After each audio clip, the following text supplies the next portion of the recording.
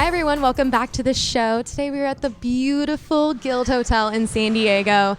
This hotel is so near and dear to my heart. I've just completely fallen in love with it. I've fallen in love with the process. I've fallen in love with you. And we are here today with my dear friend Sormeh. She's actually the lead interior designer of this incredible, incredible place. So welcome to the show. I'm so excited to have you on. Thank you for having me. I'm very honored. You should be. And, you know, we just did this fabulous tour. We got to see the rooms. We got to see literally all the different colors and aesthetics within here. And it's incredible. And I kind of want you to tell us about the story behind the Guild, because it actually is a pretty historical landmark in San Diego, is it not? Yeah, so the building is a 1924 YMCA building. It's one of the most traveled through buildings, really, of all time. And it started, obviously, as a YMCA for the Army Navy. It was a cultural epicenter. Through the years, it started to degrade. It fell apart. It was really inundated with nasty things and horror stories that don't get mentioned anymore. I was going to say, aren't there a couple ghost stories? Yeah, there's a few. We won't mention them. We'll mention them on the next episode. It's too pretty to mention. So yeah, and towards kind of 2013, it was a hostel, and it was still being run as a YMCA. And when my client picked it up, he just had a vision to turn it into a San Diego landmark. And that's what we did. We turned it into a hotel, the Guild Hotel, and it's meant to serve the local population as well as travelers. And I love that, you know, I want to really dive into the interior design too, because I mean, you are so intentional with even right down to the colors and how the whole, you know, we will show you guys, but the entire lobby is actually like a red, white, and blue theme. And when I say red, white, and blue, I'm not talking about like red, white, and blue, but like when you walk in, you kind of go through these different little cubbies of these different colors, and it all is just married together so perfectly. So before we dive into all of the interior design and all your intentions, I want to talk about you and how you got started, because me and you have been friends for what, a year and a half, 2 years now? Yes. I would say so. And I met you through all the old hospitality industry that I was a part of before I started Eckes Marketing. And you were this amazing interior designer that they had brought in for this project. And you actually designed another LA icon, the Nice Guy. I did, yeah. So I got my start. I went to school for architecture. I grew up in Sweden, so when I moved to LA, I was very kind of overstimulated, but it was really head in, boots on the ground. I got my start as a hospitality designer. I was the creative director for a group designing the Nice Guy, Shore Bar, etc. Yeah, absolutely. And so did you go to school for this? I know you said you came from Sweden. Yes, I went to school for architecture. I went to school for architecture in CU Boulder, and I graduated early. And when I got done with school, I thought I wanted to move back to Europe. And at the time, I really wanted to design for change. And I thought that that meant that I needed to go save the world, and I needed to go design shelters out of America. And when I moved to LA, I realized there are other ways to create change, and that if we start to build environments for people, then those people can create the change. So hospitality in Los Angeles really kind of gave me the platform to do that, where I could say, okay, well, it's not me necessarily having my hand in this kind of mass creation, but if I could create an experience for somebody, if they come in for dinner and it sparks conversation and ideas, then they can go do that work. I love that. I love that. And what was like the moment where you're like, I need to design? And not even design, you know, because you're already such a creative, but you wanted to go into this interior design. Like where was that moment? When did that happen? So it happened when my brother was going to school for architecture at the time, and I thought I wanted to be a doctor. And yes. Yep. I was on a walk with him for his school project, and there was something about the way that the shadows were interacting with the buildings on this walk that just brought me back to childhood. And I started remembering, you know, I didn't play with Barbie. I built Barbie's house. I built the Lego houses. I was obsessed with The Sims. Wow. I'd build these 20, 30,000 square foot houses because I didn't speak full English, so I didn't know what that meant. But it took my Sims a couple hours to go to their bedroom. And I think it just it happened naturally. Yeah, absolutely. Well, and one of the things I love most about you is your passion behind any design, any project. I mean, the conversations that me and you have had when you reference the nice guy, or even when you were spending so much time on the Guild, you were very intentional behind every design. So I want you to kind of talk about, let's start with the lobby. Let's start with this red, white, and blue theme, and tell me about, all the different intentional designs within the Guild. Yeah, thanks so much for the sweet words. I think what makes my company very unique is that I'm extremely involved. Mm-hmm. And no matter the scale of a project, I really truly believe that the details are what make the space. So I don't design from a place of ego or from what I think is going to be cool. I design from a place of the people and what I think the people are going to enjoy. And with the Guild particularly, we really wanted to give something back to the city of San Diego, and it's very difficult to merge that with the traveler. Absolutely. To create kind of a hangout, but still a place that's very comfortable and feels like a hotel.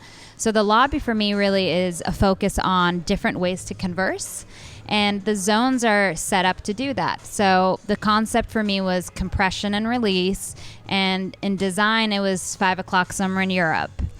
Oh my goodness. What an incredible concept. Okay, continue. I just love that. 5 o'clock somewhere, but in Europe. Yep. So, I think it's interesting because we all have, with social media, we now have this ability to transport ourselves visually in ways that we weren't able to do so. And I really wanted to create a feeling. And I think a lot of the times people ask me, what's the favorite part of the project?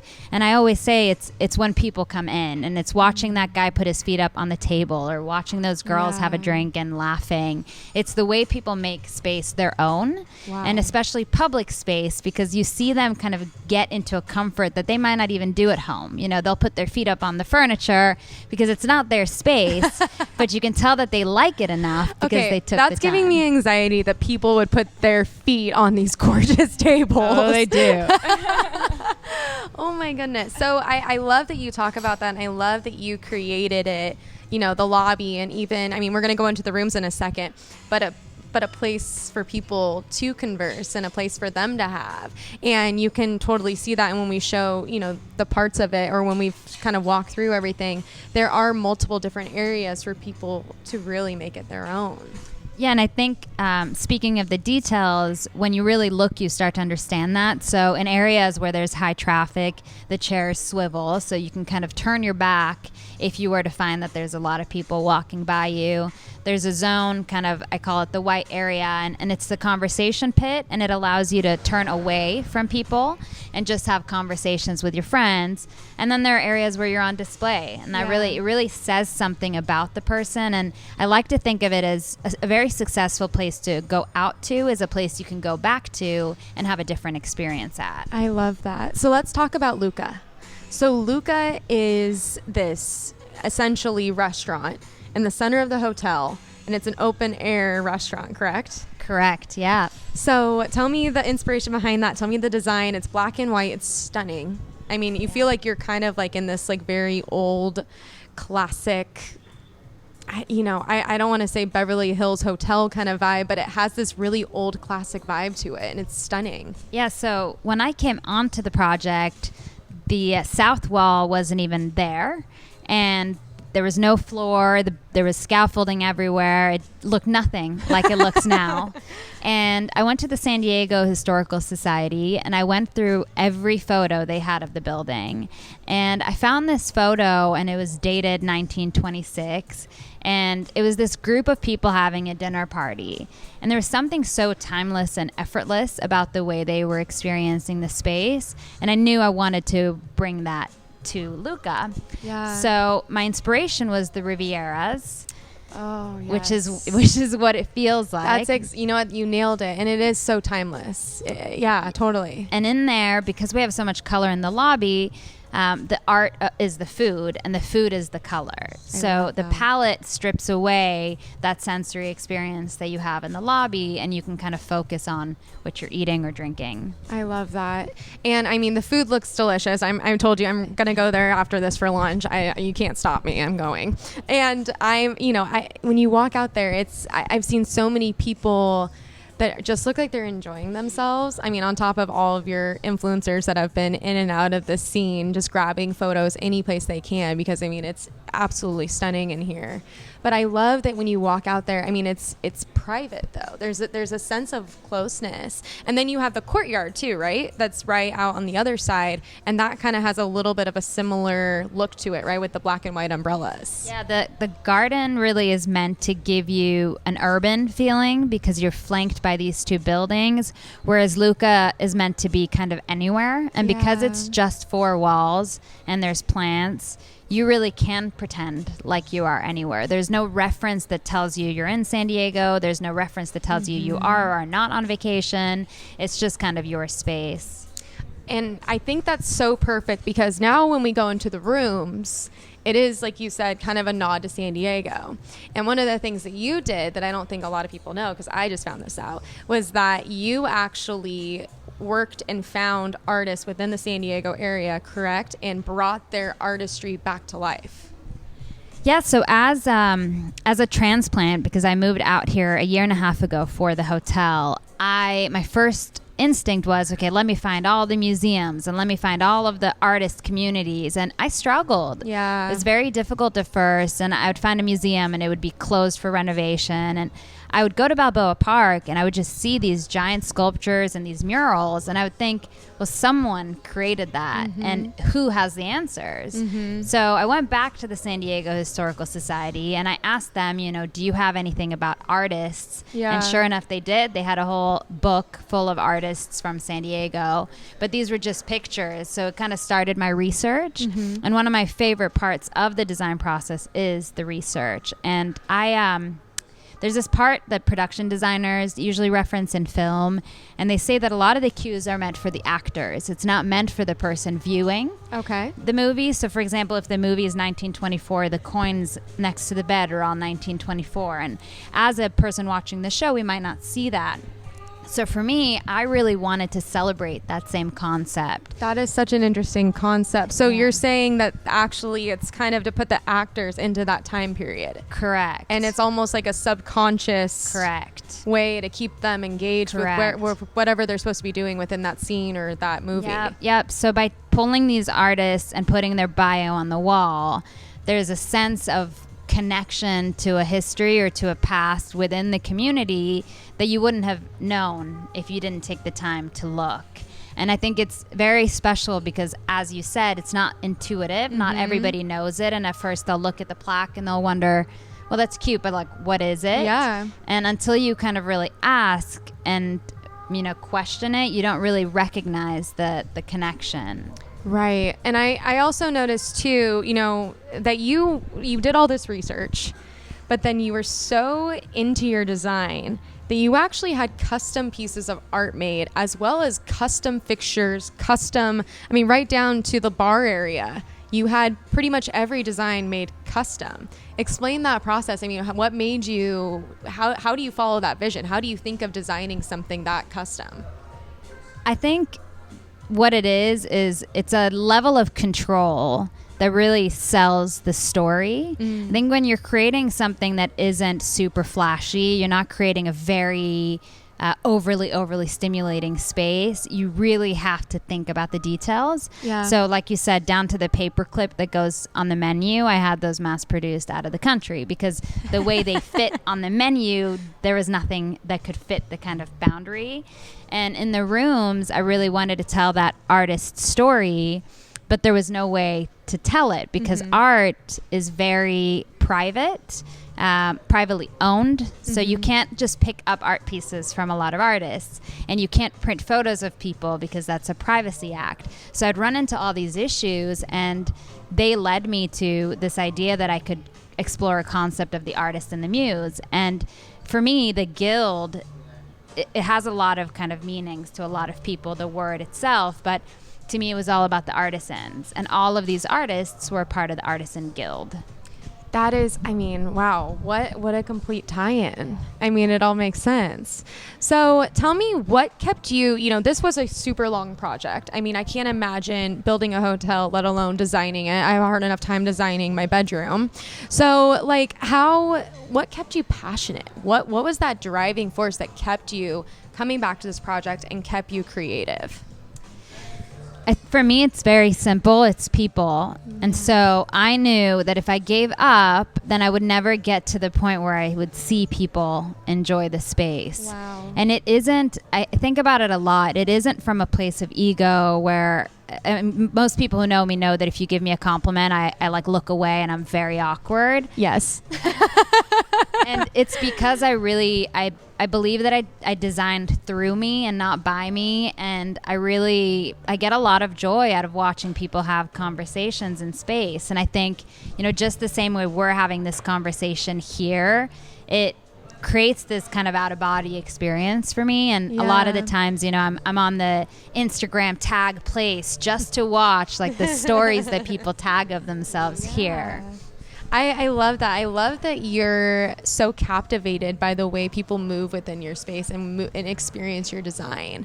So did you ever experience burnout? Was that, I feel like the majority of people that listen to the show, they either have their own businesses, mainly women owned or women started, and or they're looking to start their own business. And so I think one of the things that I have to go there with you is that since this was such a long-term project, did you experience burnout? And if so, what kept you pushing through it? Yes.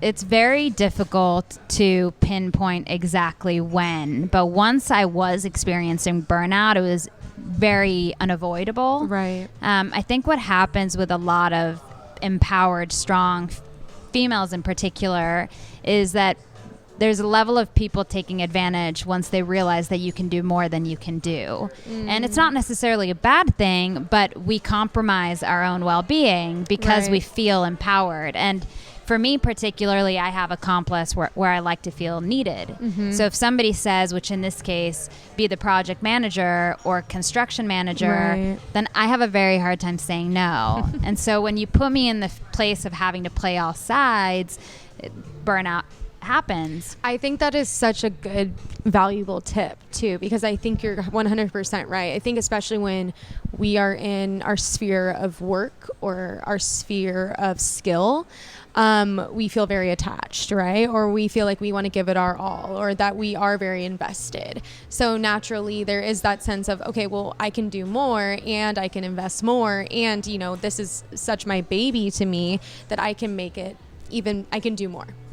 Well, I used to be told a lot that I'm so emotional. And now as an adult, I laugh at that because my emotional side is why I'm able to create. Yeah. So if you try and use that as a weapon against me, like that's laughable, because that's why I'm able to say, well, how does this fabric feel? Somebody asked me, well, why didn't you do wicker chairs outside? And I said, well, if you're a girl and you've ever worn shorts, you know why I didn't do wicker chairs outside. Wow, that's incredible. So with burnout, I think what happens is it's a sense of ownership. And for me, with every single burnout, I learn something. Yeah. And with the next one, I avoid the one previous, and I might have a different version of one. But eventually, I'd like to think that I get to a place where I can start to see the trigger. Yeah. And I can act a little bit faster to move around it. But the best way to push through is just knowing that you have something to lose, right? If you've spent this much time creating something, giving something your all, if you walk away, it's that saying, like, if a tree fell in the forest and no one was there, did it happen? Yeah. That's kind of the quote that I replay. That's incredible. And I think too, for anybody in the creative industry, I feel like that's something that, happens quite often, right? You work on these long-term projects, or you're working on a project and you run into it. And it is, finding these different ways to inspire yourself. You keep referencing, you would go back to the way of watching people, or watching people experience the space or the design. And, I think having those moments of truly engaging with what gave you that inspiration in the first place and what kept you passionate is such a good way to kind of break through it. Yeah. The Nice Guy, they just celebrated their 5-year. And to this day, I can still smell the orange zest that was freshly kind of grated and placed in the first drink of service on the opening day. And it's all because of those kind of emotional connections that we feel. Yeah. And I think for me with design, if I'm truly designing for people to experience, then there's an endless amount of inspiration in that, right? It just is never going to end. Absolutely. Absolutely. So tell me a little bit about someone that was a very big influence on you. You know, being an interior designer, I have to imagine there's some people that you look up to, or just some people that really inspire you and even give you new fresh ideas. Yeah, I went to a listening event. I don't really know what you call them, a speaker series. Okay. And one of the most notable things this creative person said to me was that he goes to medical conventions, and he's a creative. And he said he goes just to watch how other people think and problem solve. And he's not into medical. He's not into he just medical. goes to watch. Yeah. Okay. That is incredible. It sounds odd at first, but for me, I have a very similar mentality. I don't learn design by watching designers. While I enjoy watching them, with design, we often have to think 1, 2, 3 years ahead. So right now we'll look at this space and we'll say, wow, it's so on trend. It's got a lot of velvet. But you have to think back to 3 years ago or 2 years ago when I first created it, and there was no velvet. Right. So we're trying to constantly stay ahead of a trend. So therefore you can't reference other designers because they're all doing the same. Right. So what happens is you have to turn to other things. And for me, a lot of that is fashion, artists, different types of artists, musical artists, watching trends. I find inspiration in like leaves on a plant or the pattern in your skirt or the way that the cotton feels on your body. And again, I think when you remove yourself from a very specific source, there's a world of influence out there. That is incredible. I absolutely love that. Was there anybody in your life when you were starting your business, before you even really kind of went after the nice guy or went after these major projects, that was like, Sormeh, go, do this? Like, was there anybody that was like, kind of my dad? Your dad. Yeah.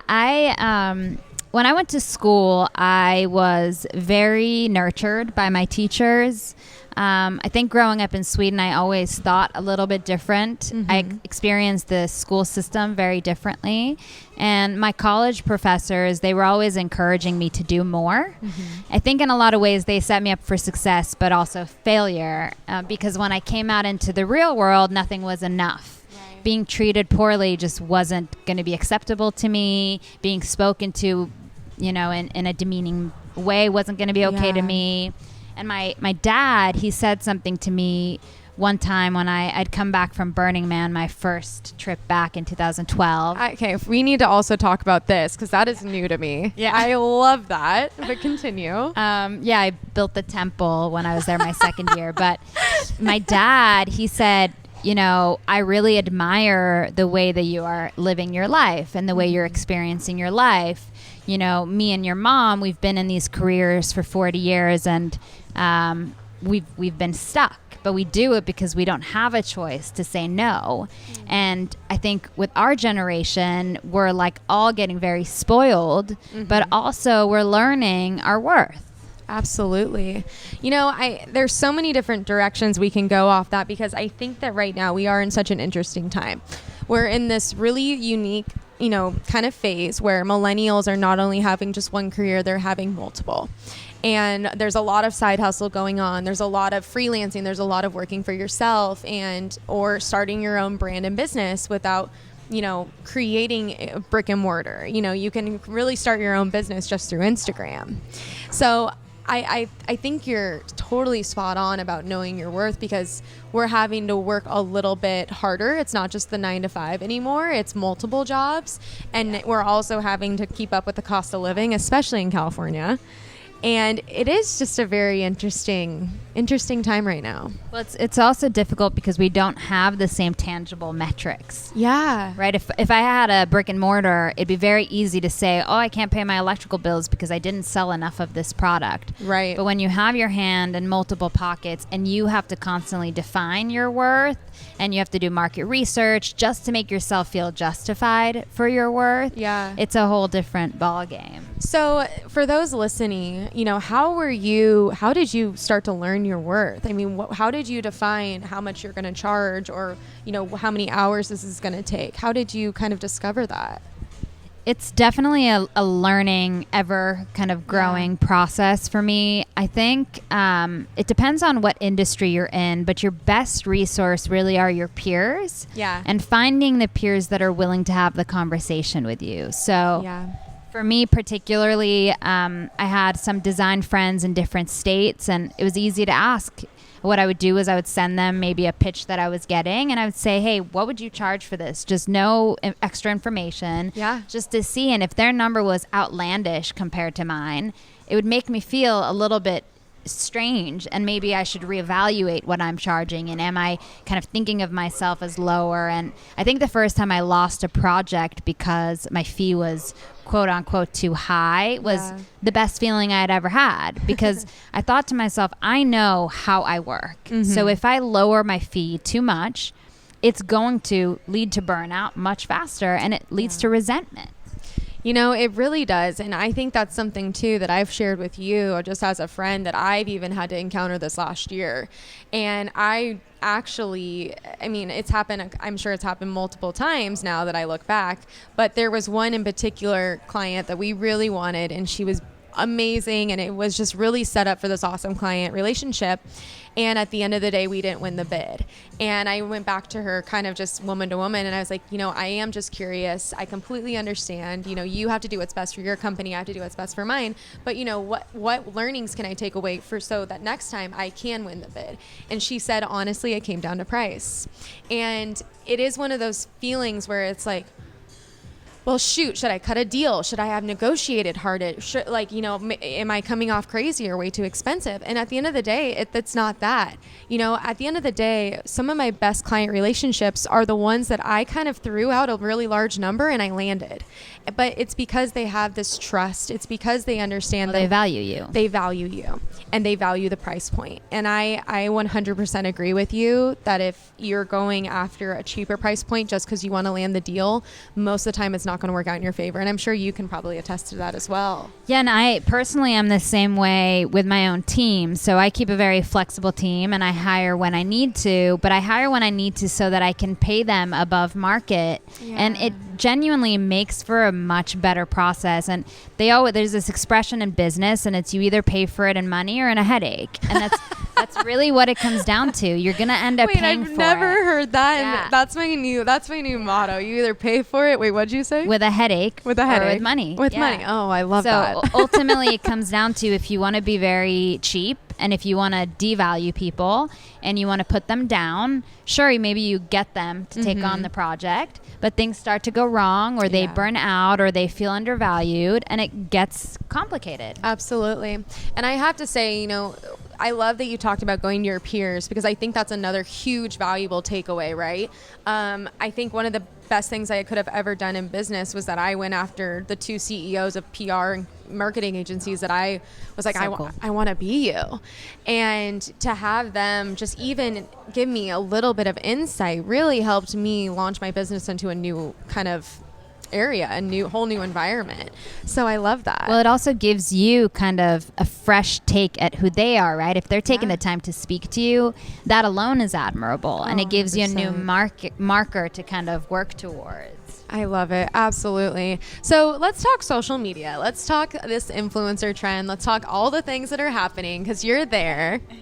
And I want to know, the ways in which you feel like social media is impacting things like a new hotel opening, or impacting the way that people are able to find out about a new space.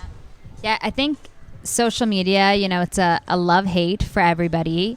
A lot of my hate for social media comes from my lack of knowledge, to be honest, and kind of the helplessness, right? And I think the people who do it for a living, I admire them. You know, it's so much work.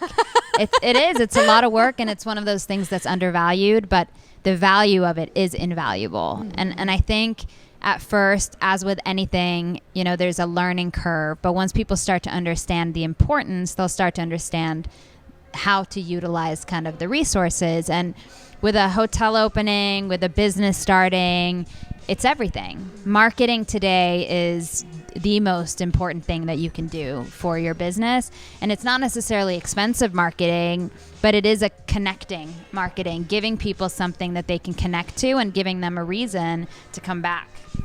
I think you nailed it. I think, you know, I was just talking with someone, actually my girlfriend last night. We went to a new menu cocktail launch, and we were kind of chatting, and I was like, you know, it's so interesting because the ways of marketing that I had learned and studied in school are completely archaic compared to what we do now. Yeah, as an example, sorry to interrupt you, but one of the drinks that someone Instagrammed in their story from the event that you were at, I screenshotted and shared with 5 of my friends, all because it was something to talk about, right? It was the one that had Palo Santo and an amethyst and a tarot card. You know, it's responding to what people want that gets people talking.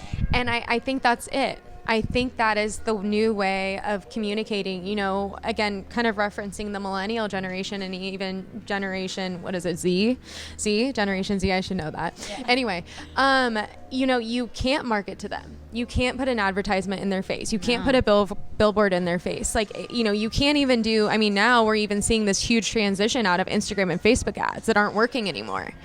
And so I think you're right. I think finding, number one, identifying who your consumer is, and then, like you said, making a personal connection. You know, I mean, how many influencer girls that, you know, use Palo Santo every morning went to that cocktail party and lost their minds because there was a cocktail with Palo Santo in it? Yeah, and I think it's interesting because the hotel specifically attracts a lot of girls who want to photograph themselves in the space. It totally does. And it speaks to that, right? It's the palette or the color, or they think it's a good neutral backdrop for their jewelry or whatever it is they're showcasing. And that's not something most people would have thought would be the result, right? You think hotel, it must attract people who are going to sleep here or eat here, but you don't think, oh, it's attracting this whole new group of businesses or people. Yeah. And did that kind of cross your mind when you were creating this? You know, we in the event production or even social media, you know, when I send my team out on site for an event, I like to, you guys, we are in a hotel, so there will be noises, there's music, there's a bunch of fun stuff happening. But, you know, when I do send my team out, or even when I help, you know, curate an event, we always call it like these Instagrammable moments. And I actually believe that Ali from Be Social coined that term, I'm stealing it and using it, applying it to my business. But, you know, it is creating that moment because there is this generation, there is this consumer that goes to places to curate content. Yeah, and you know, it's interesting because that Instagrammable moment, it's always been there in the form of a step and repeat. You know, we think about all of these galas, but what we look at is people's photos on the red carpet. That was the way that we used to look to and reference who was there, what were they doing. And with design, I think the most difficult part is that at some point you hand it over. Mm-hmm. So you can only curate this ideal of an experience that you want the space to embody, but you don't have the control to see it through fully. Yeah. So the best thing you can do is really the Instagrammable moments is thinking about ways in which maybe somebody, if they want to, could come use it that way, which is kind of what the zone has become. And so you thought about that, right? Like, was that? I did. I mean, because you kind of have to nowadays. And it's difficult because you're up against a lot of challenges. Mm-hmm. You know, I had a lot of review meetings with Marriott, and maybe some people didn't really understand why I wanted an entire blue area, but now they do. You know, now absolutely. They do. It's on the cover of Modern Luxury San Diego, and et cetera, right? So it is something that maybe not the cover, but it is something that people start to understand after the fact. And what I'm hoping for is that it becomes more of a before fact. Yeah. But I think we're not designing a restaurant, so we can't design 1 million Instagrammable moments. Right. We have to be subtle. Yeah.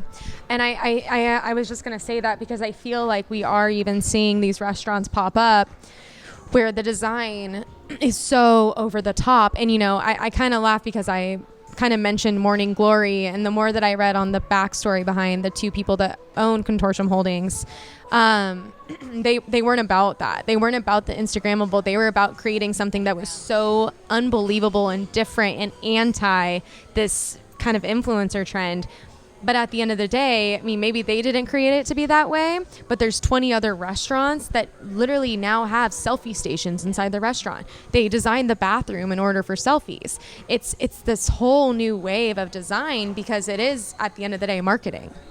I think it's not just marketing, it's free marketing. Yeah. Right? And that's really ultimately what it comes down to. The bathrooms here are very Instagrammable. They're gorgeous. And the point for me really was, I mean, I think just because you might not be the person who is going to do it doesn't mean other people are not. So whether or not their intention was to create those types of spaces, it's up to the people. And that's what I said, that's what I said throughout the entire process of this. People are going to decide what this is, right? Absolutely. We're not going to decide. We can say it's a hotel, it's a this, but the people who come through ultimately will decide. See, he's got his feet up over there. I love it. I want to, I mean, we're going to show everybody, you guys, this incredible space, but it's actually really cool doing the podcast here and kind of seeing everyone interact as we kind of have a conversation about it. It's very, it just feels very alive in here. Yeah, thanks for coming. Absolutely. So we're going to go ahead and dive into some rapid fire questions. These are my favorite. Are you ready? No. You're ready. Okay, so we're going to start off with your favorite go-to cocktail. Ooh, I love myself a good mocktail. Yeah. Fresh, minty, citrusy, but I don't really like sugar. Okay. So give me a drink of choice. I would not know the name of one if I tried. Typically my favorite drink is whatever she's having. I love it. That's great. I would have to say I wasn't drinking tequila for a bit, and then I got back on my spicy margarita train. But recently I've been like just kind of dabbling with like the Aperol movement. Ooh. I know. It's like way so too unexpected. I know. It's kind of, I hate to say it. For all of you guys out there that love Aperol spritz, I get it, but it's also a little basic of me. So I'm like dabbling. Like there was this really, really interesting one, I believe yesterday, and it was an egg white cocktail served in a coupe glass, and it had some type of Aperol in it, and it tasted amazing. So I've been giving that a try lately.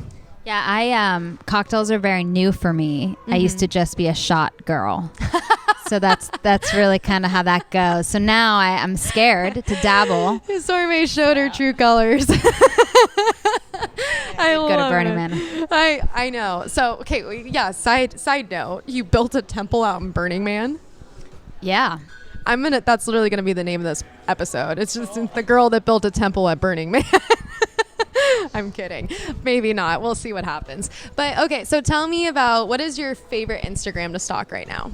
I'm loving Benjamin Edgar, Virgil Abloh, Whitney Eckes. Oh, that's always a good one. That one's very, very good. If you haven't checked it out, you should. Which one are you stalking me on? Is it Whitstagram? All of them. Oh, okay. You know, Eckes marketing, influence, all of them. It's just, it's a job running all those accounts. I'll tell you what, man. But it's a good resource. Thank you. Oh, that's sweet. Thank you. Okay, the first two though. Elaborate on the first two. Are they designers? Because I haven't heard of them. Yeah. Okay.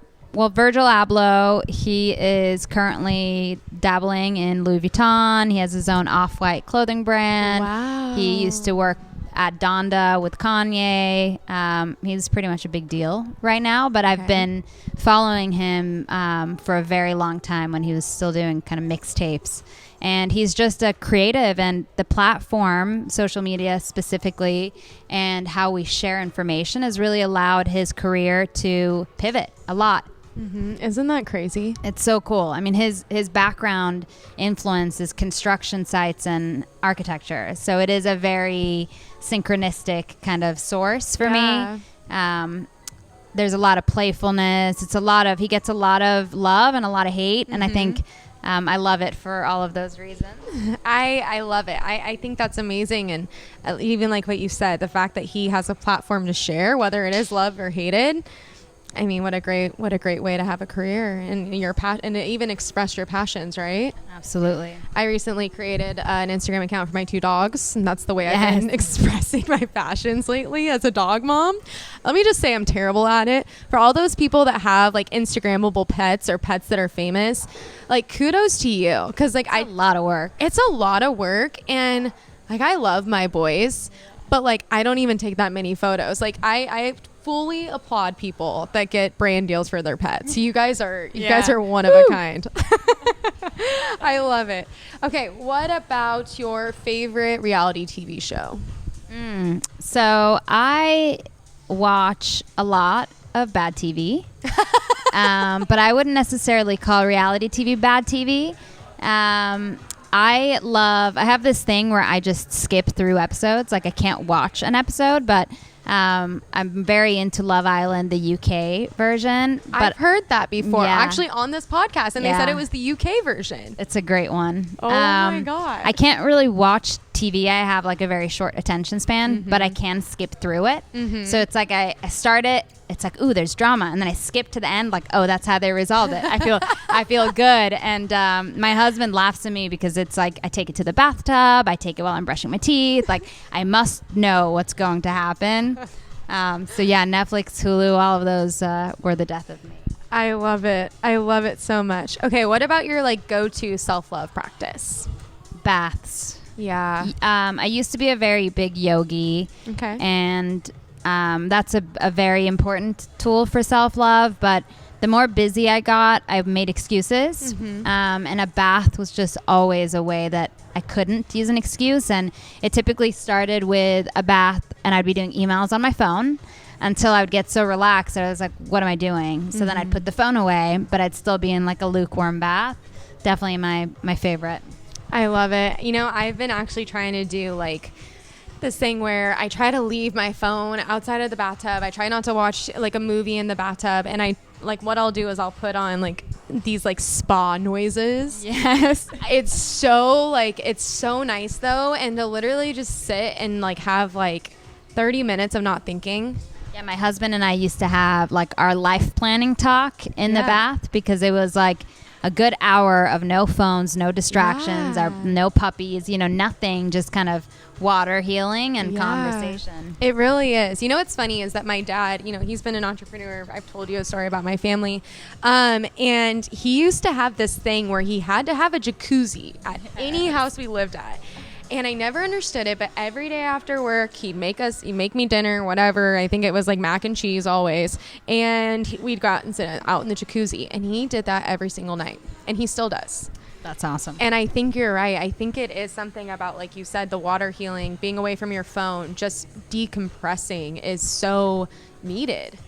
It's such a stress reliever. Yeah, I think people always ask, like, well, what's your best like trick on using social media? Because I suck at it.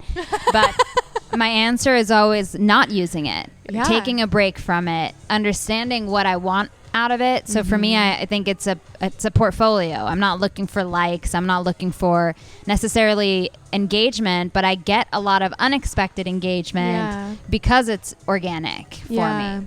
Yeah, and I think we're seeing a lot more of that now on social media. We're seeing, even though it's been incredibly difficult to really gauge Instagram and to really find the sweet spot of how you're going to grow or be successful, we're seeing a lot more of the people that truly are there for what you're showcasing are there, right? It's very cult following-esque. Yeah, and I think that's really goes back to that same marketing. And I think at the core of all of it is authenticity. If you're authentic, then it's going to show, and people are going to like you for your authenticity. And I think what's nice about that is then if they don't like you, they just don't like you, and that's okay. You don't have to question it. You don't have to say, am I doing this wrong? Should I do this differently? Absolutely.